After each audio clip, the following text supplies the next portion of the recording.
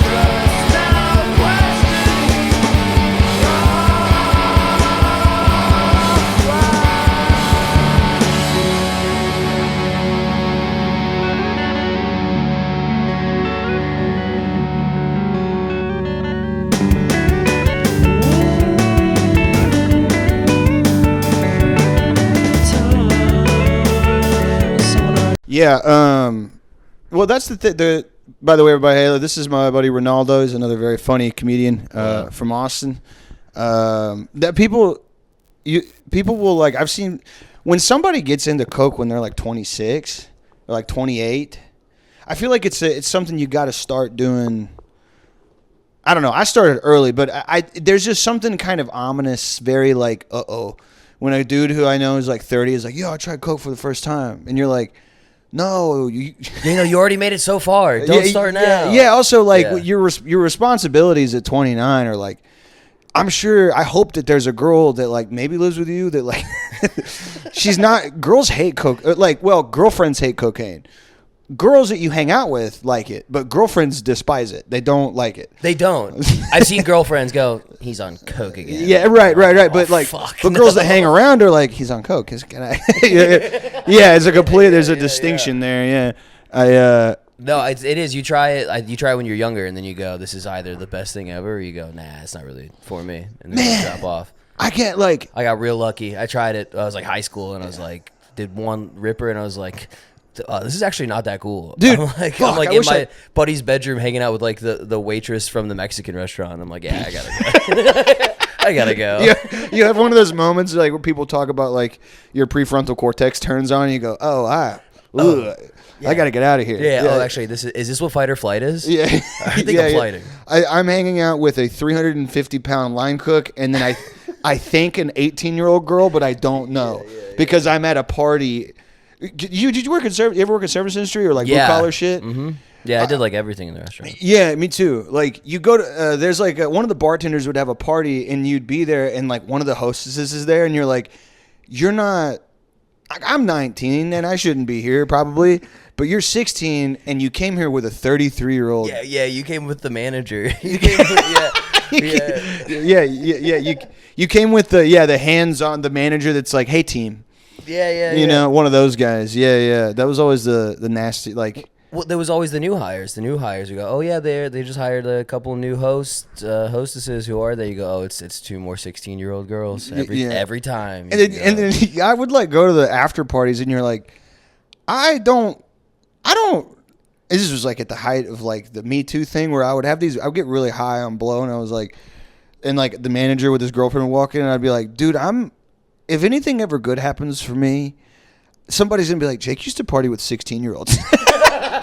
And we'd be like, no, it wasn't like that, I swear. The restaurant, it's a devious industry. Everybody's very devious. It is bad, man. As you go, Javi, two more 16-year-olds again. Yeah, come on, dude. There was this they made fresh baked pies at the place that I worked at, so they had like a full-time baker. and it was like a 65-year-old like lunch lady who had like a fucking like a limp and everything. Beautiful. And one day we found out that the hiring manager fucked her on the pie table.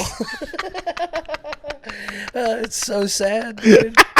I always joke like on the show, and like sometimes it's like, I don't know, I don't really do it as like a bit, but like I really think line cooks are like the wrench in like the incel philosophy, because like the dudes that got the most pussy in the restaurant industries are like the fattest, nastiest, dumbest. Yes. Just not like you. I look at myself in the mirror and I go, I'm all right. You're a And, like, handsome man. I'm getting no pussy. And then the guy who's absolutely crushing it is named like fucking Chunko. That's what everybody calls him. And he makes egg rolls all day, and he stinks. And he's just got like the hottest girlfriend you've ever seen in your life. And you're like, what? Like, what is he? He drives like a fucking Civic that barely runs. I'm like, what's happening? He probably doesn't even have a big dick. You're like, what the fuck is going on? No, but when you're like 17 and you're the dishwasher and you see him, you go, that's the coolest fucking guy. Yeah. I've ever Oh seen, yeah. dude. I want to be that guy. Dude, the line cook manager, he would. I was literally like 16, 17. He would take us back to his house. Me and like 3 of our other friends were like maybe like 18. We would sit in his living room, and he would roll up a bunch of joints of just the shittiest brick like reg Ditch weed you've yeah. ever seen. But like it's 10 of them, right? Uh-huh. And then we would just watch him play guitar. That's so sick. Those are formative experiences, man. We were like, oh, dude, he's so good at guitar. It's crazy. He's just like, he's like barely getting through like Stairway to Heaven. He's like, you know what I mean? he's not that good. He's like, yo, I just learned Bat Country by Avenged Sevenfold. Check this out. And you're like, fuck yeah, dude. I really feel like kids are missing out. Where'd you grow up? I grew up right outside of St. Louis. In Illinois, right on the other side of the Mississippi River. So smallish. Yeah. So like, and you're like, you're like 26, 25, 26? I'm 27. Yeah, 27. So you're like, we're around the same age. Like, I feel like it's not good, but like those experiences, like, you're like, I'm going to go get high. There's a good chance I might get molested, but there's also a good chance I might watch a guy play bad guitar, which is a funny story to tell later. Yeah. My brother is like super young Gen Z, and he's like, yeah, I just go to the vape store and I get weed that's awesome. Yeah. And I'm like, dude, you missed out on like, you go to a guy's trailer, it's Icy Mike. And like Icy Mike is like your dad's friend, and he like sells meth and weed sometimes. Yeah, and you never know. You go down, or it's like your homie Brad. You go into his basement. You go like, "Yo, dude, who's this new guy on the couch?" You go, "Yeah, he's been on Xanax for the past like 2 days." Yeah. He's been here for like 7 months. Yeah. There's always a new guy living on his fucking couch in his mom's basement. Yeah, and these are formative. These are funny things where like you tell your girlfriend later, and she's like, "That doesn't sound safe at all," and you're like, "No, but it was awesome. It was so sick, dude." We man, we were like 100 miles an hour down the freeway. I'm smoking weed out of a can that I think might be laced with Sherm, and the guy that's driving is like 20 years older than me. But hey, we're going to Galveston, and we might see a dead fish later. Yeah. You have no idea. My fiance is like she's so, I love her. She's so like, her upbringing was like pretty normal. And I'll tell her like, yeah, like stories like with the guitar guy where you're like, yeah, I went to go buy weed from this guy in the trailer, and I opened the door, he had a dog mask on, and he took it off and he sold me weed. And she was like, what? What? And I'm like, yeah, we just called him Dog Guy. And she was like, babe, what else was he wearing? And I was like, nothing. And she's like, he was naked? And I was like, yeah. She's like, you went back there? And I was like, he had really good weed. Yeah, of course. She was like, something really bad might have happened to you. And I'm like, it still might have. I don't remember. I have no idea. The weed was really good. I have no idea. We just called him Dog Guy. I had no idea. And that's the shit people miss out on, I think. I mean, I enjoyed it. It was a good time. Yeah, it was real. It was formative. Absolutely. And then like the kitchen thing too. Like you work in. I just like, it's such a. If anybody that like has like a normal job from day one, I'm like, dude, you're missing out. You gotta like work with some like racist Mexicans, like Mexicans who hate other Mexicans. Yeah. Those guys are the best. I mean, they suck ass, but like they're the funniest guys in the world because they'll just be like, no, I don't like them. No, they can't come over here. And I'm like, how did you get here? And they're like, truck. And you're like, come on, bro. It's like, I'm the last one. No. They always want to shut the door right behind them. Dude. They're pulling the ladder up. Yeah, literally, dude. Like, yeah. This shit cracked me the fuck up. Yo, my mom was like, yeah, but all of my stepdads were like illegal immigrants. For Your the most your part. your stepdad? Yeah, and my dad. I don't know if my dad was legal or not, but he's Mexican too. He's like from Mexico, but like all my mom would like marry Like illegal immigrants. you're just like setting up franchises. But then she would be at home and be like, they gotta come over here legally. They gotta do it right. That's so funny. Is your mom Mexican too? Or is she white? No, she's a Texas Rose. Oh, Is nice. that a nice thing to say? I hope. No, that's fine. Yeah, Okay. yeah. She's from Texas. Oh, okay, yeah. She grew up on like in the border town. Oh, nice. Del Rio. Oh, nice. Okay, cool. Yeah.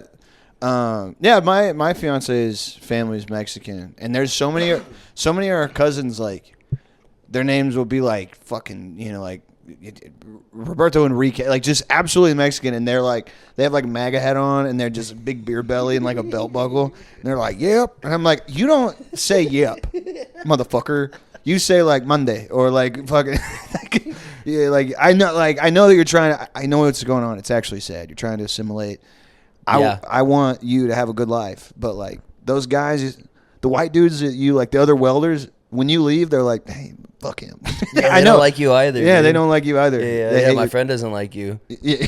it's Star Wars. Dude. The other white guys that I hang out with I don't like them, to be fair, but we're all welders, and so we just have to hang out together. Yeah, the Mexicans for Trump thing is a fun demographic. They're so awesome. They're fun. They're a fun group of guys. I remember like the Cubans for Trump thing was huge. And Cubans for Trump? Yeah. What was that? Well, like down in like Miami area, they were like the first. They had this really funny song called "Yo voy a votar por Donald Trump," but it was spelled Donaltron. Yeah, Donald Trump. Donald Trump. And I would listen to it all the time. Like I'd make people listen to it at work because it was so funny. But they were huge. They would like drive around their boats with like big MAGA flags. Yeah. And they would just be like, "Yo voy a votar por Donald Trump." And I was like, oh, dude, man, that's how much power this guy has. That's how much like influence. He hates you guys. Yeah, he literally doesn't want you coming over. No, he would he's or he wants you to like scrub the toilets at his house. Yeah. Like best case scenario. Yeah. You ever see that clip of who's that lady? Was it Kelly Osbourne? That was like, if we get rid of all the Mexicans, think about it. Who's gonna scrub your toilets? Yeah, I love that, dude. Well, like I went to college with people like that. Like I don't know how to describe them other than like dumb, like well-meaning dumb liberals. Like hit like people who probably like have like maybe like some opinions on things that I would agree with, but they're like, yeah, who's gonna scrub the floors in the prisons? And you're like, no one. I mean, I guess anybody can do that. Yeah. You could do that, asshole. No, I'm gonna be a lawyer. Yeah, well, then what the fuck? Yeah, that's like the other really common thing. Like, who's gonna do the jobs that I hear that now? Like, because all the strawberry fields, like fruit fields, people aren't like showing up to work because they're worried about ICE raids, and people are like, well, white people can do those jobs, and I'm like, no, we won't. They won't. We don't do them. They won't. I'm white. I'm not doing that shit. No, dude, they're gonna go work from home. Yeah, I work from home. You're going to tell me I can work in my underwear or go 12 hours a day picking fucking avocado? Kill yourself. That's what, dude. I quit my Home Depot job so Yeah. I could fucking be a door guy at a comedy club. Yeah, way better. Yeah. Just so I could wake up at 3 p.m. and just walk around in my apartment in my underwear going like, what the fuck am I going to say tonight? Yeah. Just like think about things that I should do. Yeah. And then freak out and then get nothing done by the end of the day. And then be like, all right, I got to go do a spot now. Working nights is kind of tough. I mean, I used to bounce, and yeah, you're like, maybe, you know what? I'm going to wake up at 8 in the morning, and then I'm going to go to the gym, and I'm going to do a little bit of writing, and then I'm going to go make myself a nice meal. And then, like, you just wake up at 3:45. You have to be at work at 4:30. Yeah. And you're like, I guess I'll jack off in the same underwear I'm going to leave in, and then just fucking go to my job that sucks ass. Yeah, dude, I'd like to have you narrate a day in my life. I didn't ask you to tell my secrets. Yeah, get ready with me. Oh, dude, that would be such a funny. Get ready with me. My life's falling apart. I'm a comedian. Hey guys, it's 3:45. Got to be at work at 2:30. I know you guys probably noticed this shirt from like 2 weeks ago. Get ready with me. We're gonna keep wearing that one. Gonna keep wearing it. Look, it's all the same wrinkles from the last week. Plus more wrinkles. Dude, when I still have a few pairs of them. My fiance hates it, but I just called them Forever jeans. And they were just black Levi's that I would wear for like 2-3 months straight. Yeah. And you don't clean them because Yeah. I'm working in a kitchen. Right. You know what I mean? So it's like if I go clean them, like I'm going to get guacamole on them like immediately. I'm not a server. Like I work in the back of house, so I'm covered in shit all day. So I would just like I had like 3 pairs of Forever jeans. They started looking like painter's pants. Yeah, well, they just start. They have like they just smell like tortilla chips forever. I remember when we first got together, she was like, like we were doing laundry, and I was like, oh, you don't have to clean those. And they were like 3 crusty black jeans, like covered in green and like red sauce. And she was like, no, they like very dirty. They need to be clean. I'm like, no, those are my Forever jeans. And she's like, somebody says something to you and your brain does the like Apple like rainbow wheel. She was like, Forever jeans? And I was like, yeah, I don't clean them because they're just going to get dirty when I wear them. And she was like, like has the like, why am I what am I doing? What am I doing? Yeah. You actually opened her mind. Yeah, to yeah. something else that she never considered that could be a possibility. Sometimes before. I try. Yeah. It doesn't work. Well, you get like a shellac on your jeans, right? There's like a Kevlar kind of become near bulletproof. A thick coating. Yes, yeah. A nice carnauba wax on the outside of your jeans. We were talking about it before the show, but I wanted the books. We were talking about the big old bookshelf, the smut books. Yeah. Do you know? Oh, there's a Harry Styles candle right in the middle too. Oh, and he's a saint. Yeah. I love that. Yeah, Saint Harry. It's awesome to just date like a normal girl that likes normal stuff. Yeah, she's pretty normal. Yeah. Other than like she digs the comedy lifestyle though, which is like a little freaky, but that's cool. It's cool to have like 1 or 2 things. Yeah. I dated a lot of like I don't know how to like girls that drink buzz balls. Like Oh, no. You know what I'm talking about? Like I Yeah, dated yeah, a dude yeah. that was my fucking shit. Like sternum tattoo with a bee. And like loves buzz balls and like has a cheetah print steering wheel. Oh god, Guaranteed to like ruin your life. At some point. That was my shit for like fucking. As soon as I stopped jacking off and started getting pussy, that was like the first girl I was like, I think maybe I might be in love. And then that was like 7 or 8 of those before I was like, I think a girl that works in marketing. I think maybe you know. Yeah, you don't need another girl from the dive bar. No, I don't. Yeah, that was fucking. Yeah, no, you don't need the bartender from the Heavy Anchor that's there on Misfits cover band night. That's running the Misfits karaoke night. Her name's like Raven or something, or River. We met at emo night. Oh fuck. Oh, shit. dude. Oh, yeah. Everybody, take a look at the one. This one's mine. Yeah, Nick, zoom in. Our editor. That's so. I love that. Ronaldo goes. Yeah, I do have one book on the shelf. He fucking grabs this one. That's so sick. I love that. That's badass. Well, yeah. Does he? I mean, he's probably got some pretty good tips about fatherhood. The claim was never that he was a bad father. That's true, right? Yeah. Also, I love how the claim is he's a selfish lover. The claim that the $2. I like that somebody was like, you know what? It's worth $2. Mark it all the way down. Yeah. It's worth $2. They did that at like all the record stores. Oh, like yeah. Like they put all the Bill Cosby records in like the back on the bottom crate, like underneath the shelf. Yeah, and they're like a 99 cents like clearance. I do forget that he was like a very like prolific comedian. Like he was like a clean Richard Pryor. That was his thing. Like, he was. By all intents and purposes, like an amazing, very successful stand-up comedian who also had a crazy run, like a Wilt Chamberlain like run that like a bad run. Bad run. Yeah. It was a bad run. Bad, yeah. Like some guys are like they are so good that you forget. Oh no, he's a monster. Yeah. Nope. Yep. Can't be doing that. He also he did it for so long where he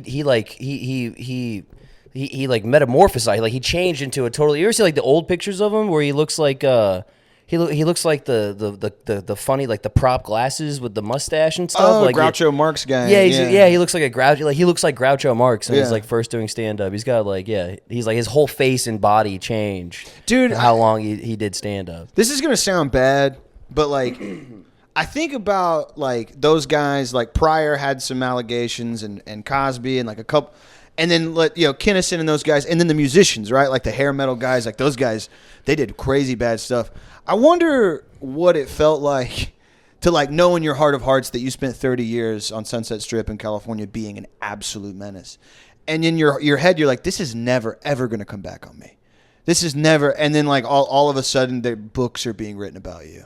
Like Cosby probably was like, I'm literally just going to be Bill Cosby show, Little Bill forever. No one's ever gonna know that I'm literally the devil. Yeah. And then it starts, and then like he has that one where he's getting dragged out in cuffs, and he just goes like, ah! No, he goes, hey, Oh yeah.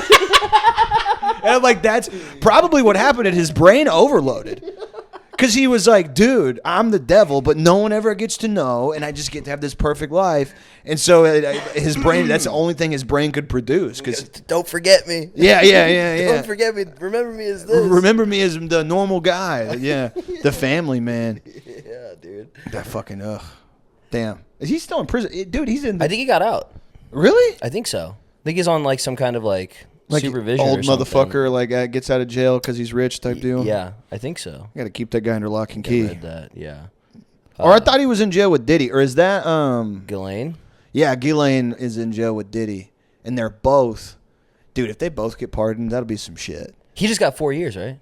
Yeah, but like I think there's other stuff they're trying to stick him with, like bombing Kid Cudi's car. What? Did you not hear about this? No. So first of all, I want to make it clear. My co-host Thomas, who's not here, obviously, he like actually was reading some of the stuff. So like Diddy was obviously doing a lot of fucking that was not cool, and was doing a lot of sexy, freaky shit. Also, he was like putting hits out on people. He was like a shot caller, and he apparently had somebody put a bomb on Kid Cudi's car to try and kill Kid Cudi. Because him and Cudi had some beef, and I guess Cudi didn't know. Because Puff Daddy's whole thing was like, oh, I'm not like Suge Knight. I'm a family man. I do the rap game, but I'm actually a good guy.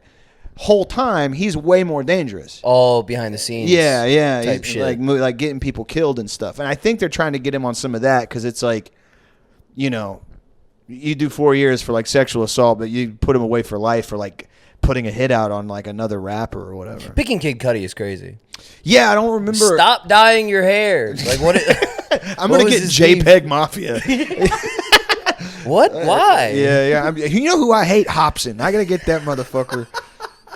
Yeah, dude. I'm sick of the contacts. I'm sick of the colored contacts. Kill Hobson immediately. You had juggalos, yeah, at your school? Yeah, dude. Dude, hell yeah. Okay, of course. That was my Granite City is like a steel town. Okay, but our whole export was just juggalos on Percocets. Yeah. Well, I feel like the sacrifice zone, like the American Economic Sacrifice Zones, produce a lot of juggalos. Because I live near one, and it's just like the port that we used to be like a bigger port city, and then they were like, nah, we're gonna move it over here. So yeah, it's just it's like the radioactivity. Yeah. It leaches off. It's like Chernobyl. Dude, you ever think about like what type of guy you like almost became? Dude, I when I go back home, and I used to like run a show in my hometown. Yeah. And I would go like once a month to go do the show, and it would be like the guys would come back from high school that were like, you know, they were my friends in high school. We didn't really keep up after that, and I look around and I go, oh, dude, I could have been a wigger. I go, shit. I'm really glad I got out of the fucking trap house. Also, a Mexican wigger is crazy. That's crazy because some of those guys are pretty cool. Like that Mexican OT is a cool guy, but some of them are not cool. No. Some of them suck really bad. Yeah, I was very close to being a juggalo. I was very close to being like an Eminem, like Monster Energy tattoo white kid. I could see that. Like not wigger, but like trailer trash, where it's like I don't wear the big shorts, but I'm punching holes in everybody's house. Yeah. You know what I mean? Like I'm going to the Marines, and I'm going to be like the craziest Marine, and not even like a good one. I'm just going to hurt a lot of people. Yeah, like grandma wanted me to go to the Army, so it could have been Army, or it could have been like like straight up like trailer trash. Yeah, I did grow up in a trailer park for a little bit. Yeah, it could have been any of those things. Dude, for real. I would have just been an Amazon warehouse worker for like ever. Yeah. And shout out to my Amazon warehouse workers. You guys keep us running. Thanks. That shit, dude. Everybody that does rule. I know a lot of fighters who do that because you can like make your own schedule and stuff. Like guys, like one of the kickboxing gyms I train at, it's like half Amazon warehouse workers. And they're like, oh yeah, it's the worst fucking job on planet Earth. But it's terrible. Yeah, they go. You can work like 4 shifts for like 12 hours at a time. Yeah, or you can do like 3 for like 36 hours. My girl, they go, and we'll give you therapy because you're gonna fucking need it. Yeah. My girlfriend had to do therapy because she worked at an Amazon warehouse. I had to do therapy because I worked at Facebook, and I was a content moderator. I was a part of this big class action lawsuit where like they basically had us watching live leak videos like 8 hours a day. Oh my god. So like basically as a content moderator, like your job was to like remove the videos that like violated terms of service. 90% of the time it was music or movies. People from the Philippines upload like Mystic River with like the like Filipino dubs, and you just you click it because Paramount sent a complaint and goes to Facebook and goes to legal and it goes to us. Right.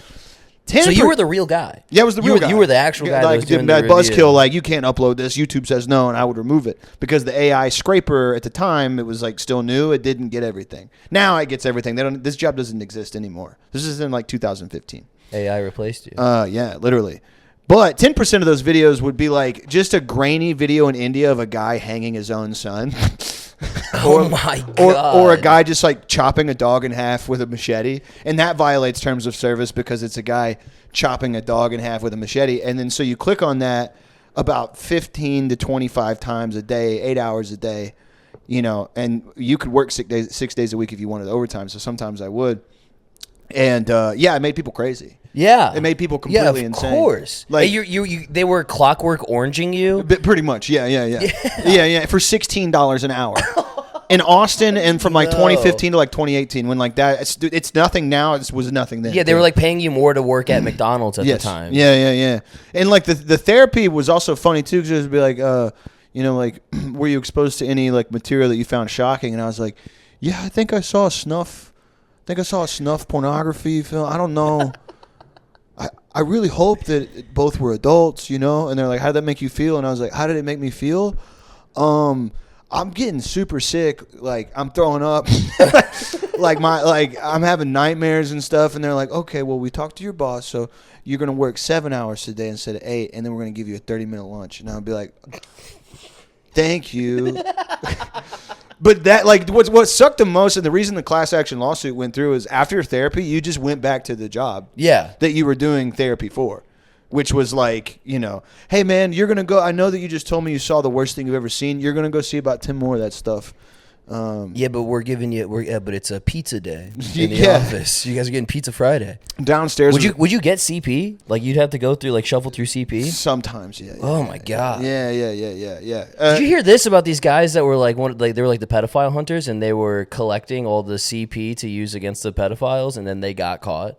Like the police, because they were like collecting. Oh. They were collecting all the CP to send to the cops. Not to the cops, to the guys they were trying to catch. Like they were using live bait. What a fucking dumbass thing to do. Yeah. So what, dude? I've talked about them on the show before, but like some of those guys are like that is like a sub 70 IQ move. I'm going to download CP on my laptop, and then I'm going to get the pedophiles with it. Bro, you're going to prison. Yeah. You're going to federal prison. Yeah. That's like trying to catch sharks and using yourself as Yeah. You're noodling like when you do the catfish, but you stick your dick in the fucking hole. Dude, so like I've talked about it on the show before, but like, dude, whenever they fucking those videos, I don't like. I said this on Twitter, and people would like dogpile me because they were like, "Oh, you pedophile defender." But I was like, dude, when those guys show up at the guy's house, and the guy is like, "What's going on?" Dude, sometimes they are like literally mentally disabled. I wasn't expecting visitors today. Yeah. Oh no, I wonder who's knocking at my door. Yeah. Yeah, and then that's like it's two like 6'5" corn-fed white boys, and they just start punching him. Right. He's like, "Why you doing?" I don't understand. They're like, "You're gonna have sex with a kid," and the guy's like, "What?" Grandma. Yeah. Grandma, help! And I remember I like tried to make this point like on like an episode of the show, and people got all mad. And I was like, dude, like, look, obviously, like these guys don't need to have access to a computer because they're mentally like they're children, and that, like, whatever. Yes, it's bad, but like, okay, you're saying beating up like a guy who's mentally 10 years old, like that's better, like, yeah. Because some of those videos they're like stomping on the guy's head, and the guy's like, and you're like, fuck, dude, like you can't be doing this shit, man. Like, yeah, it's not good. But where do you draw the line? What if a guy like got into a crazy car crash and like had some crazy like a TBI? He was mentally he was normal, then got in a crazy car crash, and now he just wants to fuck kids. That happens, right? You know how some guys wake up when they speak Chinese? Yeah, I got into a bad car crash last week, by the way. I didn't know if I told you that. Show's over. I'm not putting this one out. No, I just had a buddy of mine who's like talking about like he was like gonna hook up with this girl that's like got like legit like has like a TBI, like a major like, and I'm like, dude, she's like kind of like. You can't do that. Yeah, I don't think you can do that. You can't do that. Yeah, you can't do that. No, it's like you can't like dude, I've met girlfriends or like, you know, like whatever, friends with benefits of my best friends who like the girl, nothing happened to them, but they're like, hello, and you're like, oh, You know. and you're like, what does Sarah do? And they're like, oh, Sarah's a go-go dancer. No. And she's like, I didn't go-go. Like done so much Molly that they might as well just like be special needs. Yeah. Like, and you're like, they should might as well have been hit over the head with a fucking baseball bat. like 10,000 times a day. Yeah. And she's like, so when I'm not dancing, I really like to go eat spaghetti. And you're like, And now, a word from our sponsors. here's the ad for the middle of the show. Is your thingy not getting springy? Are you having trouble maintaining an erection? It happens to the best of us. It's okay, pal. A lot of life is a series of disappointing realizations, and one of them is that your ding dong isn't fucking rocking solid like the goddamn Gibraltar. According to the National Institutes of Health, as many as 30 million men in the U.S. experience ED, and I'm guessing you're one of them. It shouldn't be complicated. You shouldn't have to deal with that shit, though. You don't have to. We got medicals of Marvel modern fucking science, and we can get your shit working lickety fucking split. Not we. I don't. It's not. I don't do it. The HIMSS does it. To get simple online access to personalized, affordable care for ED, hair loss, weight loss, and more, visit hims.com/PT. That's hims.com/PT for your free online visit. hims.com/PT. Actual price will depend on product and subscription plan. Featured products include compounded drug products, which the FDA does not approve or verify for safety, effectiveness, or quality. Prescription required. See website for details, restrictions, and important safety information. You're like, and they're like, dude, I remember one time I was on tour, and one of the guys I was on tour with, like, you know, like meets this girl at one of the bars, and she like comes with us on the leg of the tour, and like we're eating at this restaurant in South Padre Island. Literally, like, she's like, where are you guys going next? And we're like, oh, we're going to San Antonio. And she's like, oh, I have a cousin who lives there. He works for this city. He got stung by a lot of bees, though. And I looked at my guy I was on tour with. I was like, she's not. Nothing happened to her. Yeah. No, there was no head trauma, but like She's just like that. You can only do so much blow and like so much mushrooms, like because like I used to. You ever go to like Barton Creek or anything like that? So like some of the girls that are there, like you know, like the like hippie girls, they're like super sweet, like hey, come sit next to her, like very friendly, but like. You do enough of that, and it's like, hey, come sit with us. We're gonna run through a whole box of whippets together. Yeah. Yeah. We're gonna do a bunch of whippets, and we're gonna drink a bunch of beatboxes, and you're like, It's a beatbox, dude. it's like you're getting punched by Mike Tyson. Every month. You know what I mean? Like it's like full wook brain. You're You're gonna get wook brain, dude. The wooks that I did, I was almost a raver. Weirdly enough, that never happened for me. But I got into Midwest emo. That's what happened. Around the time that EDM was taking off in Austin, I also got really into like screamo and stuff. So I was like, I'm not. Yeah, dude. I went to Warped Tour fucking 6 years in a row. Yeah. Until Shit was they sick. ended. Yeah. But like, you meet the older people who've been going to like, they're like, dude, I saw fucking Daft Punk in like 1980. Those guys are like, they belong in they need not prison, but like somewhere. You need to put them somewhere. They're else. cooked. Yeah, it's over. Yeah. You know what's funny though is some of those guys are like millionaires. Yeah, that always blows my mind. Blows my fucking mind. When you find the guys that like the raver dudes, or like the guys that go to Burning Man and they're like they're millionaires, or like even like guys who like love the Grateful Dead and they're like a CEO or something. Yeah. It's like how What? How did that happen? Me and my fiance went to Terlingua, so it's like a little border town that's like it's kind of like Joshua Tree, but like Texas is. Yeah. So there's like, it's in the Chisos Mountains, and it's like super pretty. It's in the desert, and it attracts a lot of wanderers and people who work in park rangers and like hippies and drug dealers and like fucking. It's like the edge of the GTA Sandy Shores in GTA 5. Okay. You know what I mean? And like everybody I meet is like, yeah, I came down here, my van broke down here in 1985, and I just sit out here, I fire my gun into the desert, and I just fucking take acid, man. And you're like, oh, this guy's homeless, and then like you're talking to his friend, and they're like, yeah, Tom sold his company for like $380 million, and you're like, who's Tom? And they're like the guy with no teeth and the Grateful Dead shirt on, he's $100 millionaire, and they're like, yeah. I'm like, why doesn't he get fucking teeth?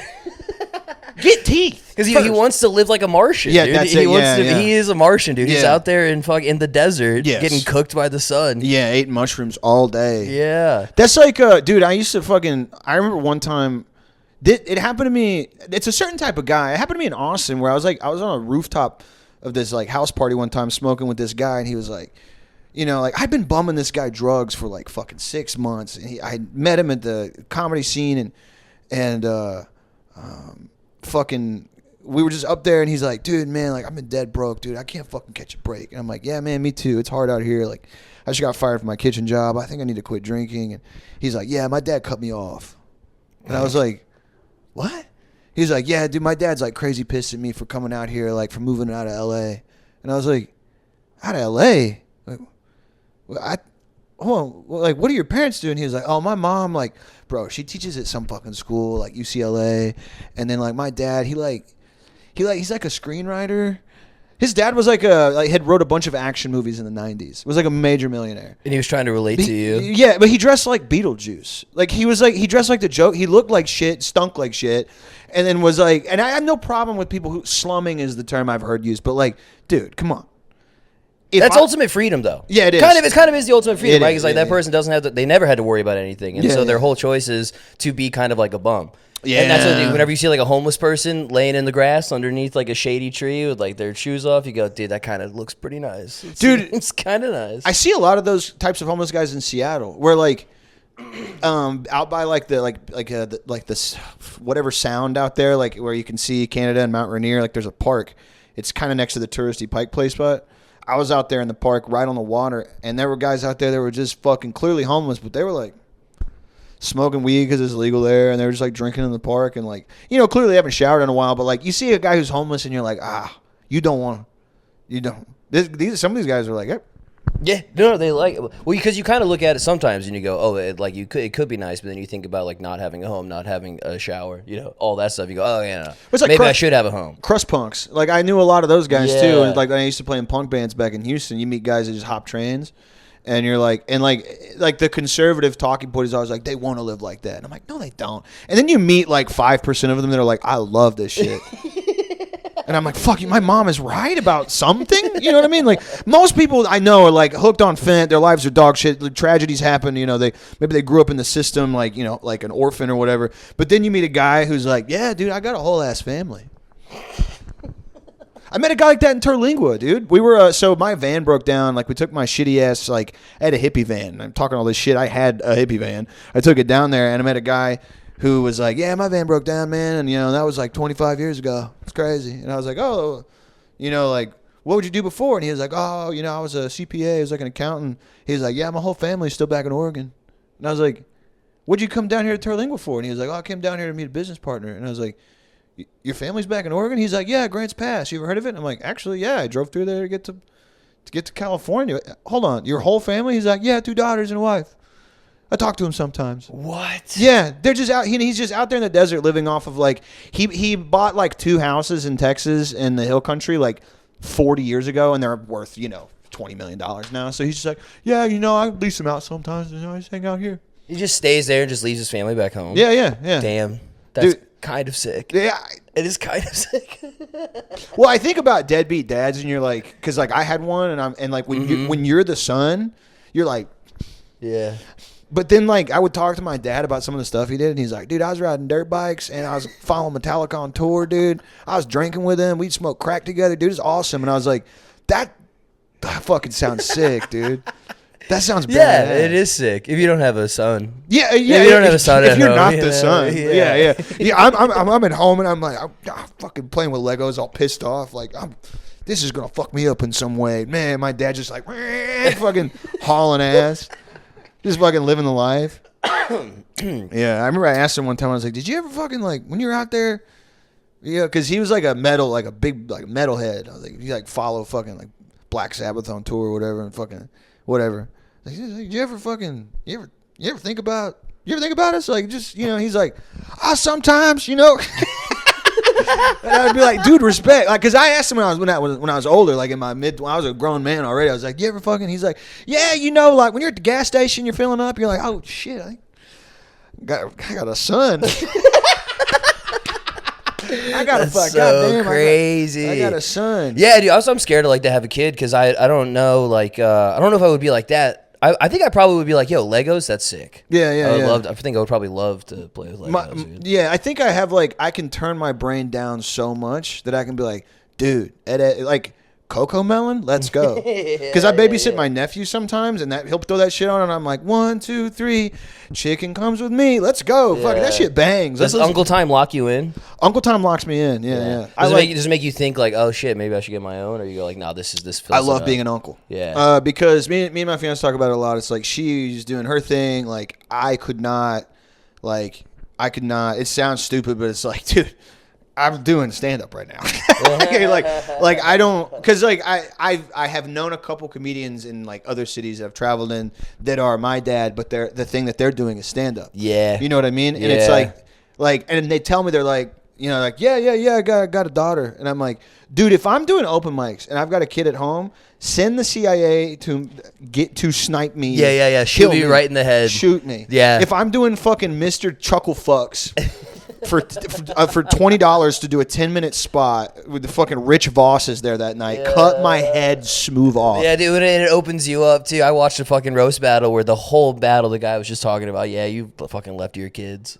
You left your family, left your kids. Dude. And you can't, there's no comeback. You can't. Like, you always lose. Yeah. Dude, one of the reasons why I what's funny is I haven't done them because I haven't been asked, but I would probably not say yes because my dad killed himself, and I joke about it a lot on my set, and that's the nuke. It's the nuke with the boys. Yeah. My boys, like the guys that I've known for 15 years, like when you're doing like a roast session with your homies and your homie got fat as fuck, and I'll be like, dude, bro, it's only been a year. What have you gained, like 150 pounds? And he goes, really?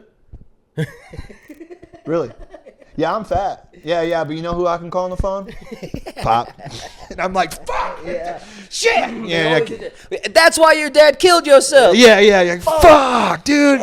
You can't be the guy. I'm waiting for a tragedy to befall one of my buddies because you can't be the guy in the friend group with the worst life. Mm-hmm.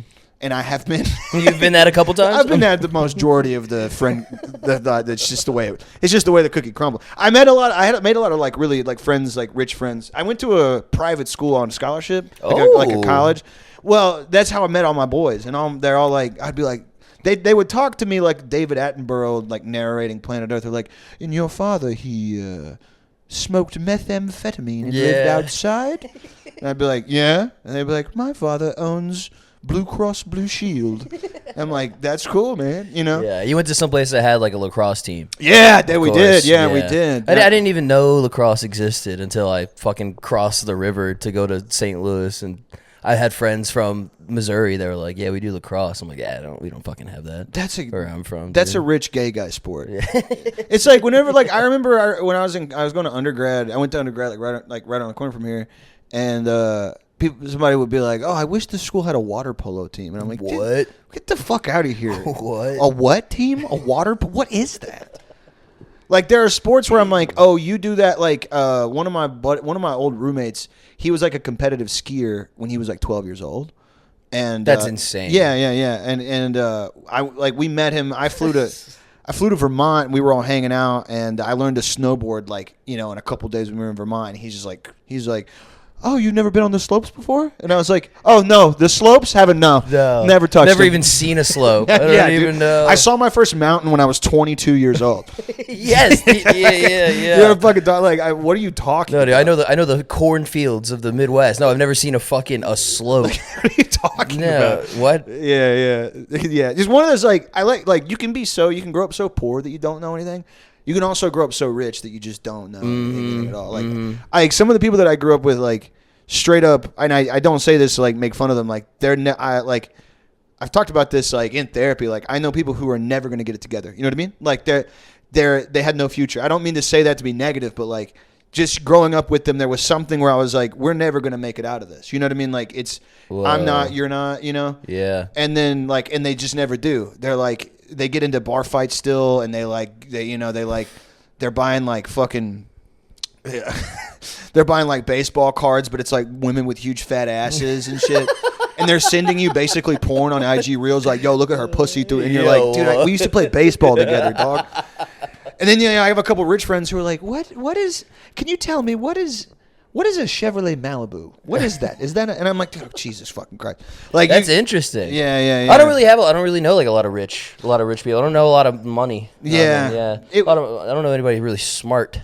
Yeah. You're a smart guy. You seem pretty smart. You strike me as pretty smart. I I'm a fucked fucking around and idiot. got my master's in philosophy. Like, just on, like, I had a manic episode. I was working construction. Really? Yeah. My buddy gave me meditations. Descartes or Marcus Aurelius. He gave me that like 3 years ago. I haven't even cracked it yet. Dude, it's still sitting in my room. One of my favorite things about that book is a little piece of knowledge. Little Jake's knowledge corner is a lot of guys who do jujitsu read that because it's like supposed to be like a tough guy stoic book. Because Marcus Aurelius is like a part of the Stoicism movement where it's like, I don't let things bother me. I'm a strong-minded man. Right. Basically, Marcus Aurelius was writing that shit because he was very scared of being emperor, and so these were just his mantras he would repeat to himself because he was scared as fuck all the time. Where he was like, I gotta let nothing bother me. I'm a tough guy. But in reality, he's having panic attacks all the time because he's fucking emperor.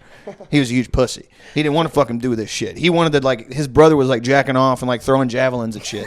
He was like, I want to do that. I don't want to be fucking emperor, dude. But anyway, I was. Marcus really had to get like a real job. And literally. His homie was like his brother was like playing Xbox. He was just fucking with the abacus all day and getting fucking nymph pussy, like you do if you're not the emperor, but your dad was the emperor previously. Yeah. But I was like, I like fucked around. I was like, I was working at a plastics plant, and I was like, it's like 112 degrees, dude, in South Texas every goddamn day, and I was going nuts. And I like plastics plant. You were like manufacturing plastic. Yeah. That had to. It's ass cheeks and balls, dude. It sucks so bad. Every day they would make you wear these like super heavy fire retardant clothes, but you would be next to like literally like liquid tons of gasoline.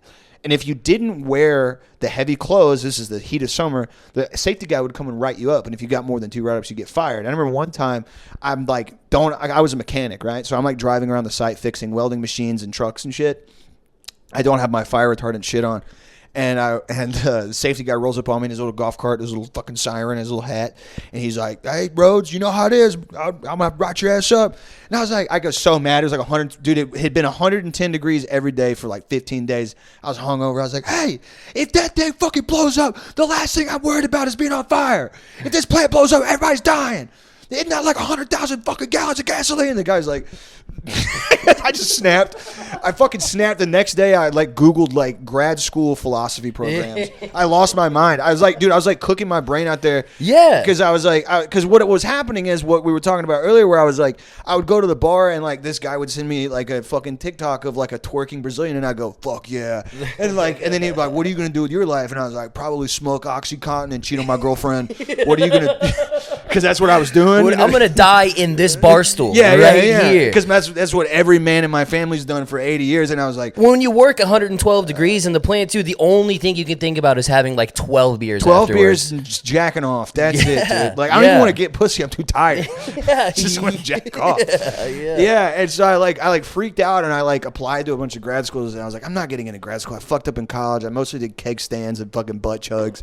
And then like a school in San Marcos, Texas State accepts me, and then I end up going there, and I just end up getting the master's. And I was like, I got it through COVID, and they gave me a bunch of money, so I was just able to like start doing stand up again. And it was like kind of honestly like completely changed my life. Yeah. I know a lot of people who go to grad school and they're like lose their mind or whatever. They like move to New York. They're like, I'm gonna be a lawyer or whatever. And it's like doing anything else. You realize, no, I can't do this actually. Damn, dude. Yeah. That's I got lucky. huge, though. Yeah, it was cool. I don't use it. People like think it's interesting. People will be like, "Oh, that's cool. I didn't know that," or whatever. But I don't work in that. I don't have a job I taught for like 1 year and it was dog shit. Yeah. No 18-year-old who lives in San Marcos, Texas, which is a beautiful city right on the river with like amazing bars. Nobody wants to learn about Socrates. Nobody gives a fuck. Nobody gives a fuck. Yeah, you're not dropping that at the bar when you go to the bar to watch the football game. No. It's a butt chug town. It literally is a party school. It's where you go if you don't get into UT or St. Edwards or Concordia or Southwestern. It's and I love the school. It's beautiful. It's on a beautiful campus. But everybody knows that to be true. It's literally they've got their own kind of what is it? It's called Bobcat Bumps. It's their own type of STI.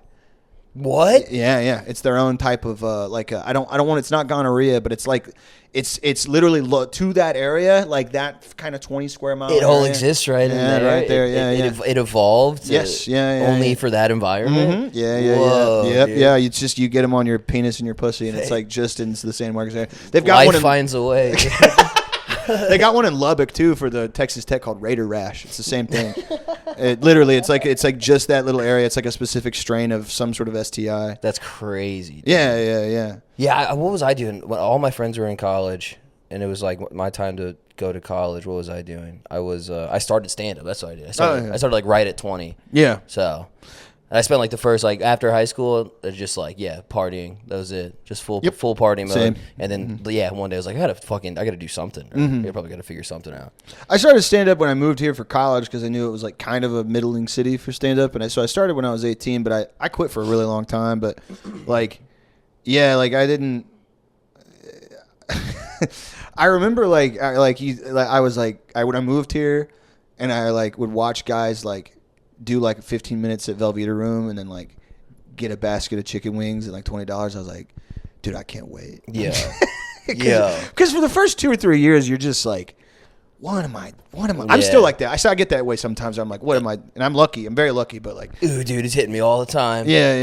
I literally I'm so fine. Everything's going great. Yeah. This is so cool. So glad I get to be here. Love this. And it doesn't even matter. I just get to do spots, and it's so awesome. And then then I go to bed, and then I wake up the next morning, and I think I'm a fucking failure. I don't think this is ever gonna work for me. Yeah. It's a constant battle, especially since I've moved here, dude. It's been a constant battle back and forth. Dude, Austin sucks. If you're not I feel bad for people who move here from dude, I was talking to Gardini, from places like Philly and New York. I know people who moved here from LA, and I'm like, the city's butt compared to that. If you're from a place where we're from, when I moved to Austin, I was like, damn, place is badass. Big city, dude. Yeah, big city, whatever. And I grew up kind of close to Houston, but Houston's ugly. It stinks all the time. Austin's, for what it's worth, it's kind of a pretty town. But if you're from San Diego, if you're a comic from Manhattan and you move here, but dude, everybody that I talked to, not everybody, I'd say 70% of people will be drunk at a bar after a spot or whatever, and they're like, I hate this place, dude. I got to get out. When is this bubble going to pop? Everyone, they all hate it. Everybody hates it, dude. Which is weird because I do like it. I do like it here. But but we're from places that fucking are dog. Yeah. I've been here long enough to where I'm I kind of get it. I understand. But when I first moved here, the first few years, I was like, what are you guys complaining about? This place there's a river, you can just jump in it. There's Mexican food everywhere. Where I'm from, the only thing you get to do is you just get cancer because you live next to a place that makes oil. Yes, you get cancer when you're 50, and the city gives you $100,000, and then you wither away and die. Yeah, you're gonna get some lung infection from the fumes coming off the steel mill. Yeah. And you get a little settlement, then you get a little house that's just a few miles away. Yeah. Right by the railroad. And then you tracks. die at 62. Yeah. But the last 4 years are you just kind of being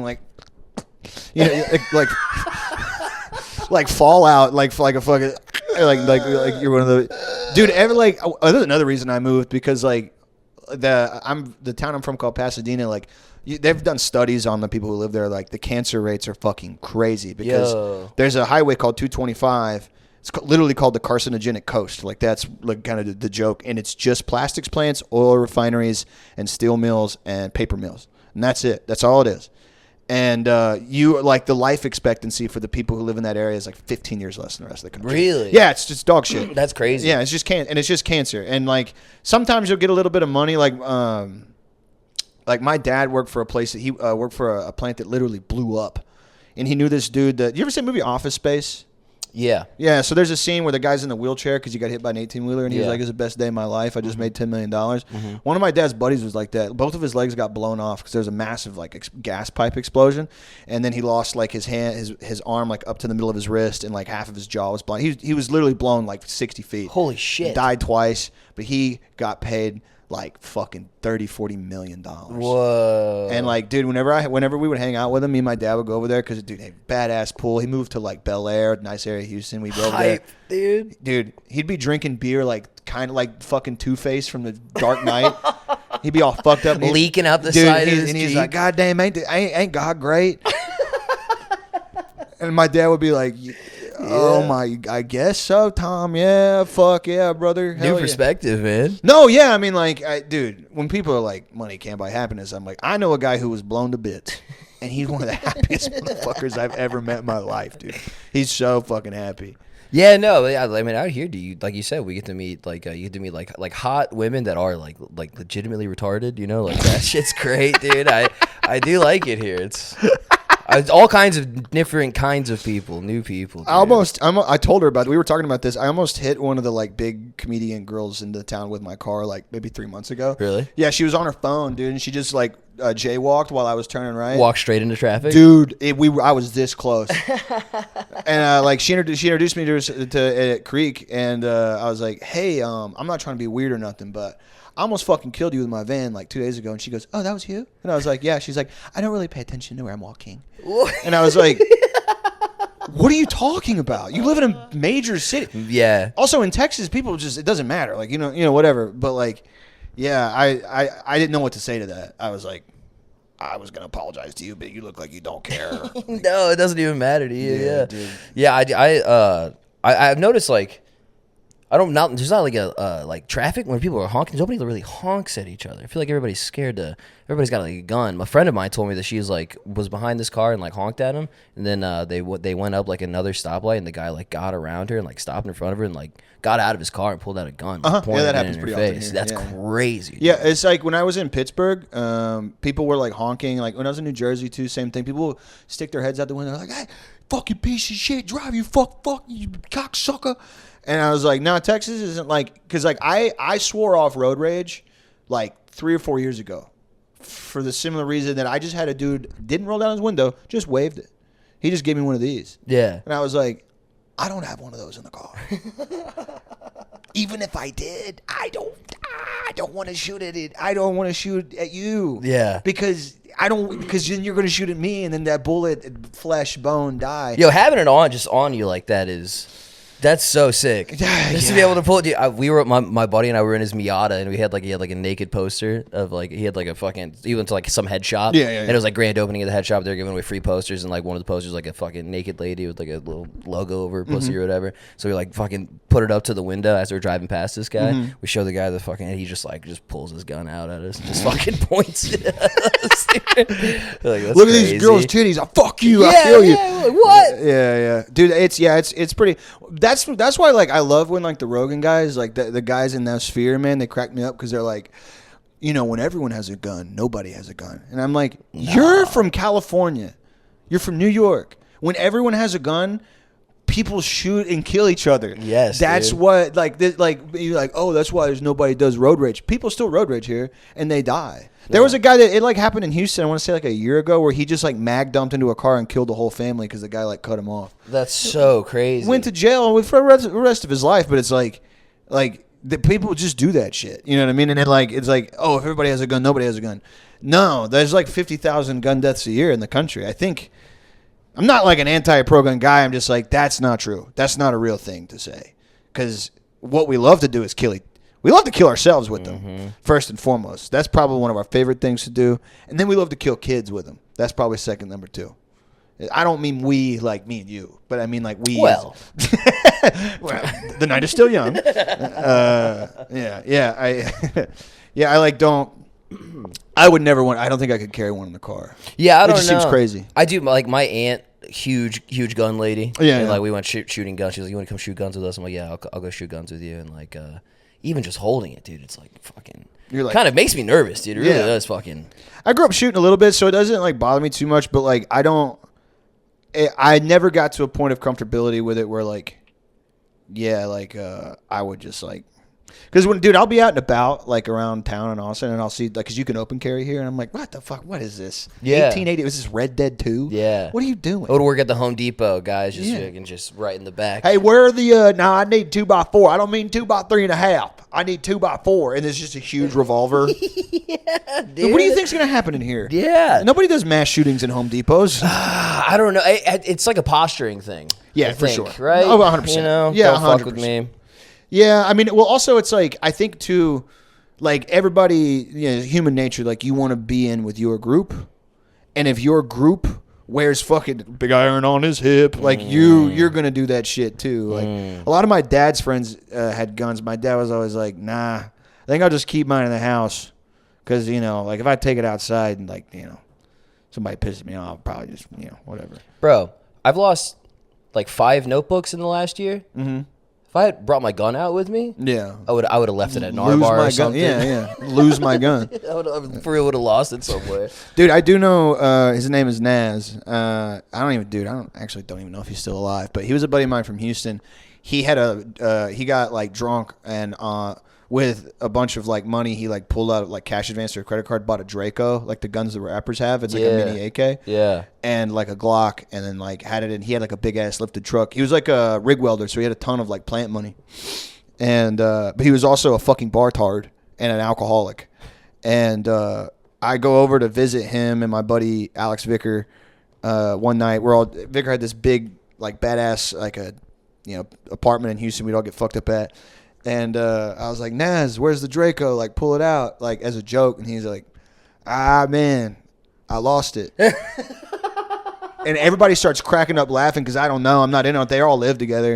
And I was like, what do you mean you lost it? And he's like, I have no idea where it's at, bro. And I was like, he's like, yeah, the Glock, too. Yeah, I don't know where that's at either. And I was like, you lost it? I was like, you're fucking kidding me. And he was like, nah, man, I was out drinking. We were in Second Ward, man. We were driving around drunk. I was in the truck, like. I think I went out to one of those abandoned baseball fields out there in Second Ward and was shooting it. Probably in a field out there. I don't know. I'm like, dude, that gun's registered to you, but also it's in the Second Ward. If somebody finds that gun, they're going to use it for crime. Yeah, well, it's gonna be some fat kid that has to play outfield. He's gonna go out there, center field.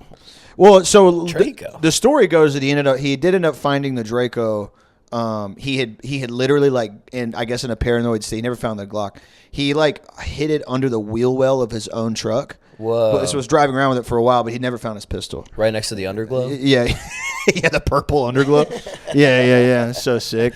Yeah, that's awesome. Fuck, I think we're at about an hour. This is usually like how long we do these. Do you have anything you want to plug, Ronaldo? Check me out on Instagram at ronaldosucks. Yeah. And I do. If you're in the Austin, Texas area, I do a show every single Sunday, 7 p.m. at the Sunset Strip. What's the show called? It's called Wild Card. Wild Card. Yeah, Go come check check it out out. Wild Card on Sundays. Thanks for listening to the show. And if this will go out. This will be a free one. Subscribe to the Patreon, patreon.com/Pendeo Time, because I want to buy a jet ski. Just kidding. I need to pay rent. Thank you guys so much.